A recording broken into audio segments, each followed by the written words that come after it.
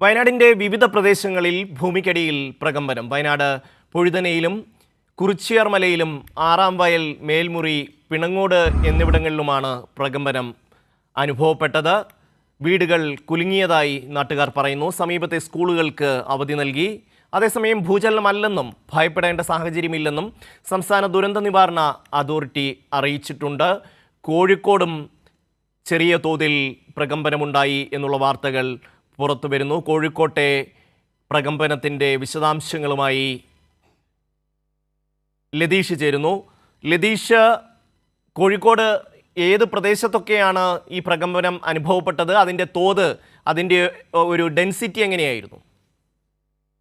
ഷമി, രാവിലെ 10:30ക്കും 11 മണിക്കും ഇടയിലാണ് ഭൂമിക്കടിയിൽ നിന്ന് അസാധാരണ ശബ്ദം കേട്ടതായി പ്രദേശവാസികൾ പറയുന്നത്. മുക്കം കൂടരഞ്ഞു നിന്നാണ് ഇത്തരമൊരു വിവരം ആദ്യം പുറത്തു വന്നത്. പിന്നീട് കുറ്റ്യാടി കാവിലുംപാറ പഞ്ചായത്തിലെ കലങ്ങോട് ഇതേ ഒരു സാഹചര്യം ഉണ്ടായതായി നാട്ടുകാർ പറയുന്നു. പനങ്ങാട് ഗ്രാമപഞ്ചായത്തിലെ മലയോര പ്രദേശങ്ങളിൽ നിന്നും സമാന സാഹചര്യം ഉണ്ടായതായാണ് അവസാനം ലഭിക്കുന്ന വിവരം. എന്നാലും ഉച്ചയ്ക്ക് മുമ്പ് രാവിലെ നേരത്തെ ഞാൻ സൂചിപ്പിച്ച പോലെ തന്നെ 10:30ക്കും 11 മണിക്കും ഇടയിലാണ് ഇത്തരത്തിലൊരു അസാധാരണ സാഹചര്യം അല്ലെങ്കിൽ അസാധാരണ ശബ്ദം, പ്രകമ്പനം എന്ന് തോന്നാവുന്ന രീതിയിലുള്ള ഒരു സാഹചര്യം ഭൂമിക്കടിയിൽ നിന്ന് ഉണ്ടായതായി ജനങ്ങൾ പറയുന്നത്.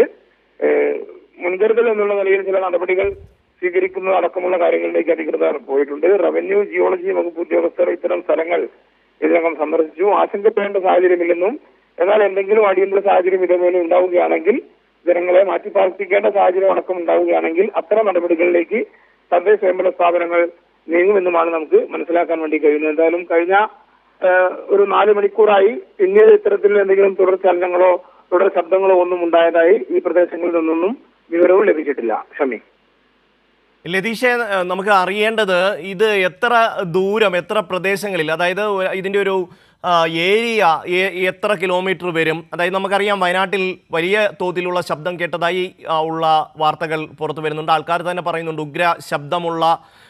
ഉഗ്രശബ്ദം കേട്ടു, ഒപ്പം തന്നെ ഭൂമി കുലുങ്ങുന്നത് പോലെ അനുഭവപ്പെട്ടു, ഒരു പ്രകമ്പനം അനുഭവപ്പെട്ടു എന്നുള്ള കാര്യങ്ങളൊക്കെ പറയുന്നുണ്ട്.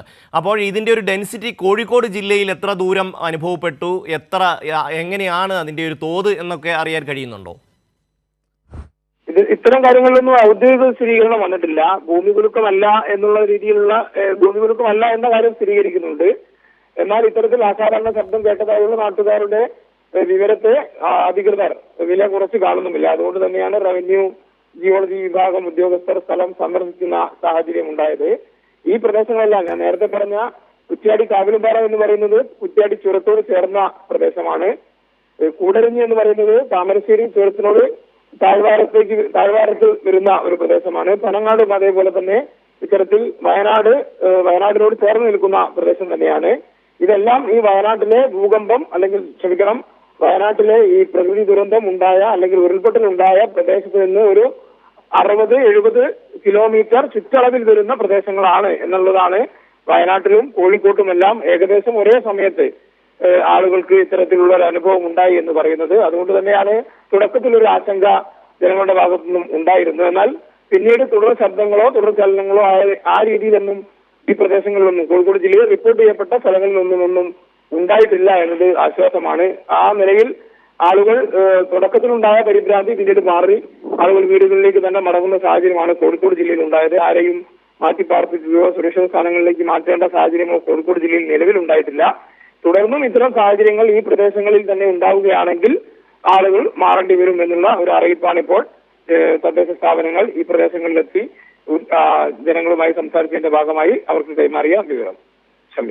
ലതീഷെ, നമ്മൾക്ക് ഉള്ള ഒരു സംശയം, അതായത് ഈ വയനാട് മേഖലയിൽ നിന്നാണ് ഇതാദ്യം ഈ റിപ്പോർട്ട് വരുന്നത്.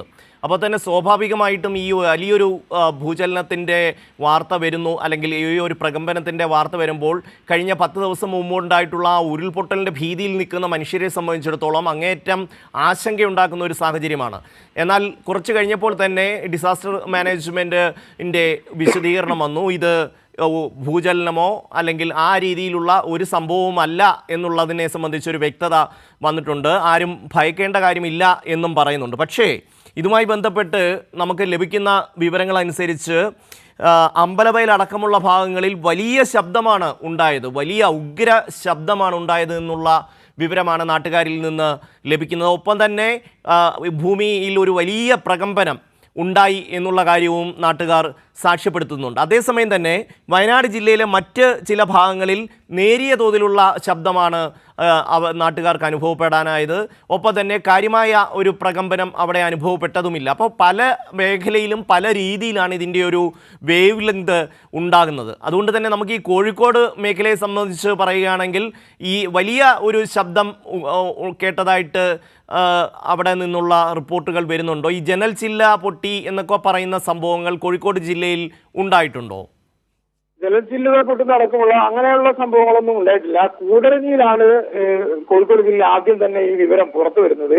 അതിൽ തന്നെ എടുത്തു പറയേണ്ട മറ്റൊരു പ്രധാനപ്പെട്ട കാര്യം എന്ന് പറയുന്നത്, വയനാട്ടിൽ നിന്നും ഇത്തരത്തിലൊരു വാർത്ത വന്ന ശേഷമാണ് കോഴിക്കോട് ജില്ലയിലെ വിവിധ ഇടങ്ങളിൽ നിന്നും ആളുകൾ തങ്ങളും ഈ സമയം ഈ പറയുന്ന 10:30ക്കും 11 മണിക്കും ഇടയിൽ ഇത്തരം ഒരു ശബ്ദം കേട്ടിരുന്നു എന്നടക്കമുള്ള കാര്യങ്ങൾ പുറത്ത് പറയുന്നത്. കാരണം ആ ഘട്ടത്തിലാണ് ആളുകൾക്ക് ഇതെന്തോ ഒരു അസാധാരണമായ സംഭവം തന്നെയാണ് എന്നുള്ള നിലയിലുള്ള കാര്യങ്ങളിലേക്ക് ആളുകൾ എത്തുന്ന സാഹചര്യം ഉണ്ടായത്. കാരണം ഈ മലയോര പ്രദേശങ്ങളിലെല്ലാം കോറി ഉൾപ്പെടെ പ്രവർത്തിക്കുന്ന സാഹചര്യമുണ്ട്. അത്തരം ചെറിയ ശബ്ദങ്ങളൊന്നും അവർ അത്തരത്തിൽ ചെവി കൊടുക്കുന്ന ഒരു പ്രകൃതക്കാരായിരിക്കില്ല ഈ പ്രദേശത്തുകാർ. എന്നാൽ ഇത്തരത്തിൽ വലിയ പ്രകമ്പനം ഉണ്ടായി എന്ന് തന്നെയാണ് കൂടരഞ്ഞി ഭാഗത്തു നിന്നും ആളുകൾ പറയുന്നത്. എന്നാൽ ഈ സമാന സമയത്ത് തന്നെ മറ്റു ചില ഇടങ്ങളിൽ ഞാൻ നേരത്തെ പറഞ്ഞ പോലെ തന്നെ പനങ്ങാട് പഞ്ചായത്തിലെ ചില മലയോര പ്രദേശങ്ങൾ, കുറ്റ്യാടി കാവിലുംപാറ പഞ്ചായത്തിലെ ചില പ്രദേശങ്ങൾ, അവിടങ്ങളിലുമെല്ലാം ഇതേ സമയം തന്നെ ചില പ്രകമ്പനങ്ങൾ അല്ലെങ്കിൽ ഭൂമിക്കടിയിൽ നിന്നുള്ള അസാധാരണ ശബ്ദം കേട്ടതായി തന്നെയാണ് ആളുകൾ പറയുന്നത്. എന്തായാലും പരിഭ്രാന്തരാകേണ്ട സാഹചര്യം നിലവിലില്ല എന്ന് തന്നെയാണ് കഴിഞ്ഞ 3-4 മണിക്കൂർ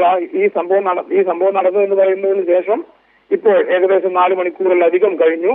തുടർ പ്രശ്നങ്ങളോ അല്ലെങ്കിൽ തുടർ പ്രകമ്പനങ്ങളോ ശബ്ദങ്ങളോ ഒന്നും ഈ പ്രദേശങ്ങളിൽ നിന്ന് എവിടെയും പിന്നീട് റിപ്പോർട്ട് ചെയ്യപ്പെട്ടിട്ടുമില്ല. ലതീഷ്, നേരത്തെ ഈ ഭൗമശാസ്ത്രജ്ഞനായ രാജഗോപാൽ കമ്മത്ത് കൈരളി ന്യൂസിനോട് സംസാരിച്ചിരുന്നു. ആദ്യം അദ്ദേഹത്തെയാണ് നമ്മൾ വിളിച്ചത്.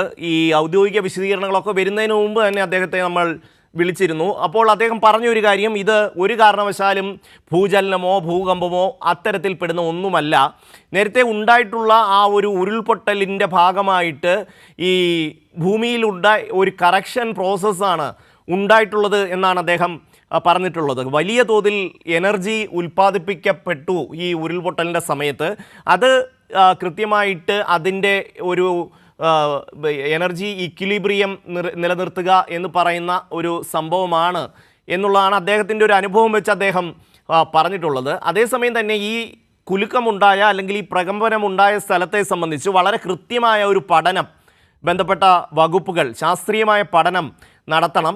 അതിനുശേഷം മറ്റ് കാര്യങ്ങളെക്കുറിച്ച് ആലോചിക്കാം. അതായത് ഇവിടെ താമസയോഗ്യമാണോ, അല്ലെങ്കിൽ എന്തുകൊണ്ട് ഇതിൻ്റെ ഒരു തുടർ പ്രക്രിയ ഇനി ഉണ്ടാകാനുള്ള സാധ്യതയുണ്ടോ, ഈ വിഷയങ്ങളൊക്കെ പിന്നീടാണ് പരിശോധിക്കേണ്ടത്. പക്ഷേ ഈ പ്രദേശങ്ങളെക്കുറിച്ച് കൃത്യമായ ഒരു ശാസ്ത്രീയമായ പഠനം ഉണ്ടാകണം എന്നുള്ളതാണ് അദ്ദേഹം പറഞ്ഞിട്ടുള്ളത്. അതായത് ഇതിനെ നമുക്ക് വെറുതെ അങ്ങ് തള്ളിക്കളയുക എന്നുള്ളത് അത്ര ബുദ്ധിപരമായ ഒരു കാര്യമല്ല. അത് സംബന്ധിച്ച പഠനം നടത്തണം എന്നുള്ളതാണ് അദ്ദേഹം ഇതുമായി ബന്ധപ്പെട്ട് പറഞ്ഞിട്ടുള്ളത്. ലതീഷ്, സോയിൽ പൈപ്പിംഗ് അല്ല എന്ന് തന്നെയാണ് ഭൗമശാസ്ത്രകാരന്മാരെല്ലാം വിശദീകരിക്കുന്നത്. കാരണം സോയിൽ പൈപ്പിംഗ് ആണെങ്കിൽ ഇത്തരം വ്യാപകമായ ഒരു ഏരിയയിൽ, ഇപ്പം കോഴിക്കോടുണ്ട്, മലപ്പുറം, പാലക്കാട് ജില്ലകളിലെല്ലാം ചില ഒറ്റപ്പെട്ട സ്ഥലങ്ങളിലാണെങ്കിൽ പോലും ഇത്തരം പ്രകമ്പനം അല്ലെങ്കിൽ അസാധാരണ ശബ്ദം ഉണ്ടായതായാണ് പറയുന്നത്.